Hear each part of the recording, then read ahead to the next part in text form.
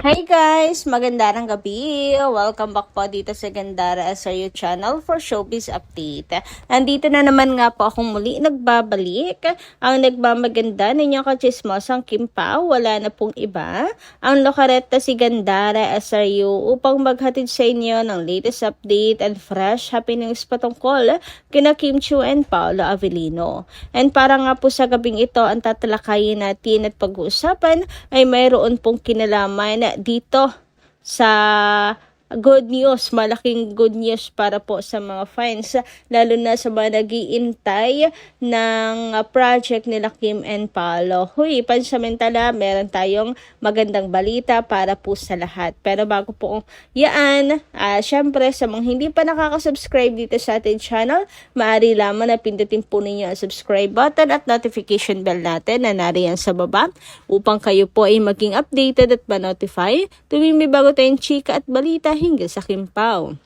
Basta mga balita na may kinalaman kina Kim Chiu and Paolo Avellino, sagot na po natin yan. And bilang pasasalamat natin, may ilan po tayong napiling komentong basahin mula sa mga taga-subaybay na lagi po nakasuporta sa ating daily updates. So first comment natin ay mula po kay Ma'am Leoncia Talian. Sabi niya sa kanyang comment, if Kim Pao are only truly friends, nothing wrong with that. Maybe our Lord has a better plan for each of them. I always pray for Kim that she will now find the man who truly loves for her soonest. She has reached the time to settle down. Whoever the lucky man, I pray she meets him soon. Maybe Paolo can be their best man. Oh, okay. So parang walang nakikita si Ma'am Leoncia Talian kung sakaling mag-friends lang talaga ang Kim Pao. Truly mag-best friend lang ganyan. Walang masama daw po doon. Alam niyo naman kasi 'di ba ang mga Kim Pao fans, ilang Kim Pao fans grabe kung makademand kay Paolo na sana pagsigawan na niya si Kim Chiu at umami na sa kanilang relasyon. So siguro tingin ni Ma'am Leoncia Talian kaya hanggang ngayon walang announcement, walang pag-amin, lalo na sa side ni Paolo kasi siya yung mas dapat na magsalita at umamin ng kanilang relasyon.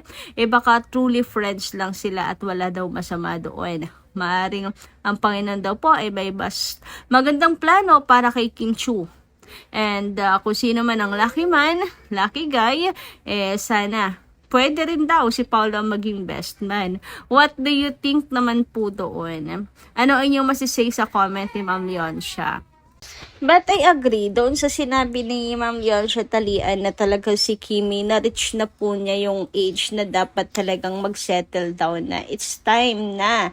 So, kung sino man ang karelasyon ni Chinita Princess. Pero ako kasi talagang paniniwala ko sila na ni Paolo Avellino sa dami ba naman pong mga diba, evidentials and all na talagang magsasabi na mag-on na po silang dalawa. So, pagsisettle down na lang talaga ang kulang dahil sa tamang edad na si Chinita Princess. And mukhang financially stable na rin naman po siya, diba? Sa daming kanya po naging-sakripisyo. Ay, nako, nakapapaisip tuloy ako. Isa kaya sa dahilan, yung ginawang panloloko sa kanya ng kanyang kapatid, kaya parang lalo tuloy hindi naging ready si Kim na mag-settle down since may chika nga si Oki na nagpapapreserve daw po ng egg-cells si Chinita Princess.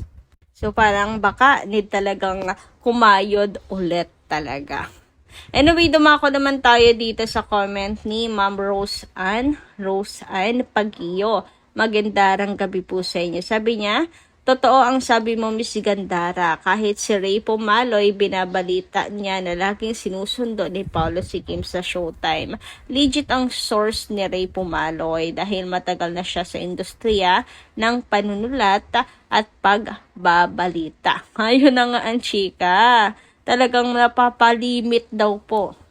Papadalas daw po ang pagsundo ni Pao kay Chinita Princess na mas lalong nagbibigay ng kalinawan sa estado ng kanilang relasyon. Lalo na sa mga Kim Pao fans, 'di ba? Na talagang naniniwalang meron ng relasyon, romantic relationship sila Kim and Paolo. So, kung magkagayon, kung totoo ang chikay, masaya po tayo, hindi ba?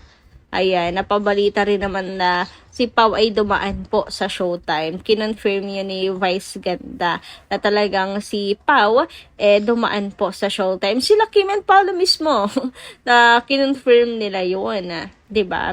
So, kung totoo na napapadalas ayon po sa chika, magandang balita po yun. Lalo na sa atin na nagmamahal po sa kanila. Samantala, sabi naman ni Latin Home Hunter sa kanyang comment, Miss Gandara, hindi pwedeng mangyari na magsama sila. Bahala yan sila ni Econine. Bahala sila sa buhay nila. Di dahilan kung anong pinagsasabi ni Che na yan kay Kim. Mayabang siya, wala naman siyang binatbat kay Kim. Malayo siya kay Kim. Kaya wag sanang mangarap na magsama sila. Lumayo ka, Che, dahil ayaw namin sa'yo. Alagaan mo na lang yung boyfriend mo or BF mo. Gumawa na lang kayo ng BF mo ng sarili ninyo. Bawal kayo sa Kim Pao Lancia.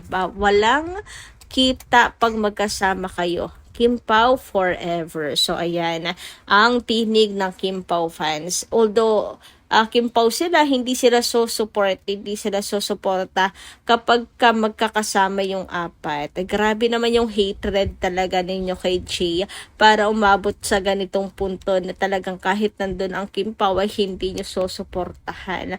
Like, to the end, to the Che. Pati si Kimi siguro mapapakamot ng ulo. But anyway, ayun yung desisyon ng Kim Pao fans. Wala tayong magagawa doon na hindi talaga nila gusto. Ayaw nila na magsama po ang apat sa isang palabas.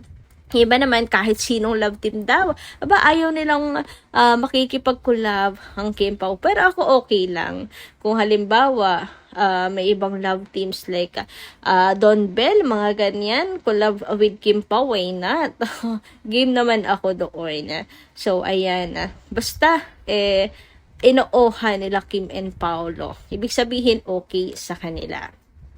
Samantala, may nabasa naman ako sa X habang ako po ay nag-scroll, ayan, ganyan. Grabe, daming views sa 300k.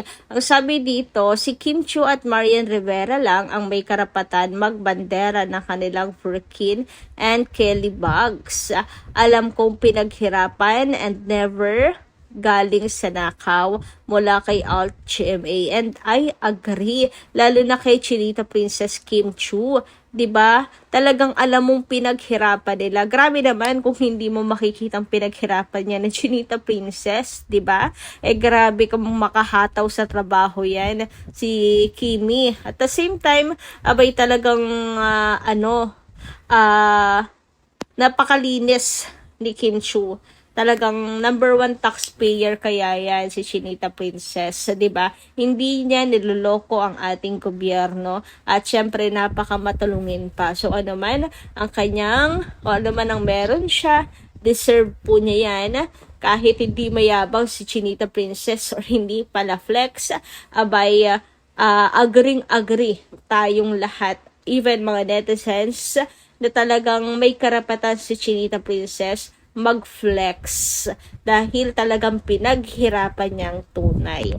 Lalo na tayo ng mga saksi sa pagod, hirap, sipag at puyat ni Kim Chiu. Are you agree din po ba? Anyway, dumako naman tayo dito sa ni Paolo Avellino na pati siya hindi makapaniwala na sobrang dami po niya nagawa itong 2025. Meron siya mga shinare and sana meron na kayo mabasa ka pa, sana naman i-share mo yung tungkol sa inyo love story. Lalo na yung mga pinagdaanan nyo this 2025 ni Chinita Princess. Yun ang inaabangan nilang ikwento ni Pao. Na hindi siya makapaniwala na gano'n na pala ang mga pinagdaanan at narating nila ni Kim nang magkasama. Huy, bet ko yan. Anyway, dumako naman tayo dito sa shinare ni Certified Campamilya. Sabi niya, tanong ko kay AI tool na group sa X or Twitter, kung anong love team ang pinaka-bankable sa Philippine showbiz ngayon. Ang sagot niya, #Kim Pao. Agree ba kayo sa tambalan? Natambalan nga ni Kim Chiu and Paolo Avellino ang winner in terms of being bankable? Let us know in the comments. Grabe, ako kung tatanungin mo, yes na yes talaga. Agree ako dyan. Sa Kim Pao Loves Team ang pinaka-bankable ngayon sa Philippine showbiz. Hindi pala love team ang Kim Pao. Tambalan sila, tandem sila, partners sila. Uy, di ba? Napaka-bankable naman talaga nila. Marami na silang napatunayan. Kaya kakatapos na ng project, may another project na naman ang Kim Pao. Hindi sila bibigyan at hahayin na ng project kung hindi sila bankable. Di ba? And eto nga kasi yung sagot ni Grok, 'di ba? Based on 2025 to 2026 data from awards, box office, and media, Kim Chiu and Paolo Avellino, Kim Pao stand out as the most bankable love team with hits like My Love Will Make You Disappear, topping grosses and winning most popular GMM SF. Don Bell follows closely with a strong endorsement in series success. Uy, nabanggit ang Don Bell kasasabi ko lang na okay ako kung magkakaroon ng collaborations with them. Ano to? Sign ba to? Charot lang. Anyway, dumako naman po tayo sa mangyayari sa February na ichinika po nila Don and Ray Pumaloy na kung saan mukhang eto ata yung pinost ni Miss Carl na abangan po natin ngayong February 1, 2026 kasi base po na Ray Pumaloy ay tungkol sa airing ng The Alibay, mapapanood po sa Free TV yan. Abi dito, good news, Kim Pao Lancia mula kay Carlos Begal, credits sa'yo. So, totoong-totoo na po ata to, di ba? Kasi galing na po kina Ray Pumaloy ang chika. May update na si Don Sermino kanina sa show nila ni Ray Pumaloy tungkol sa airing ng The Alibay sa Free TV. Ayon kay Don ay nakausap daw niyan taga-ABS at bandang February daw mag-abang. Wow, bandang February. So, eto na ata ang pasabog na sinasabi and save the date. So, mapapanood na po natin sa Free TV. Eto po yung inaabangan ng lahat, di ba? Lalo na yung mga hindi po ng The Alibay. So, habang tayo po ay nag-aabang ng next project announcement nila Kim and Paolo, so eto po muna ang maihahayin sa atin nila Kim and Paolo at kanilang maihahandog sa atin. Mapapanood na sa Free TV and hope talaga naman po mag-trending. Talaga yan, pag-usapan at talagang tumabo ng ratings and magagandang ratings po sa mga netizens. So, yun lang po muna ang ating update. Maraming salamat po guys sa inyong pakikinigan. Kita-kits po tayo muli sa mga susunod dating chika. Maraming po salamat.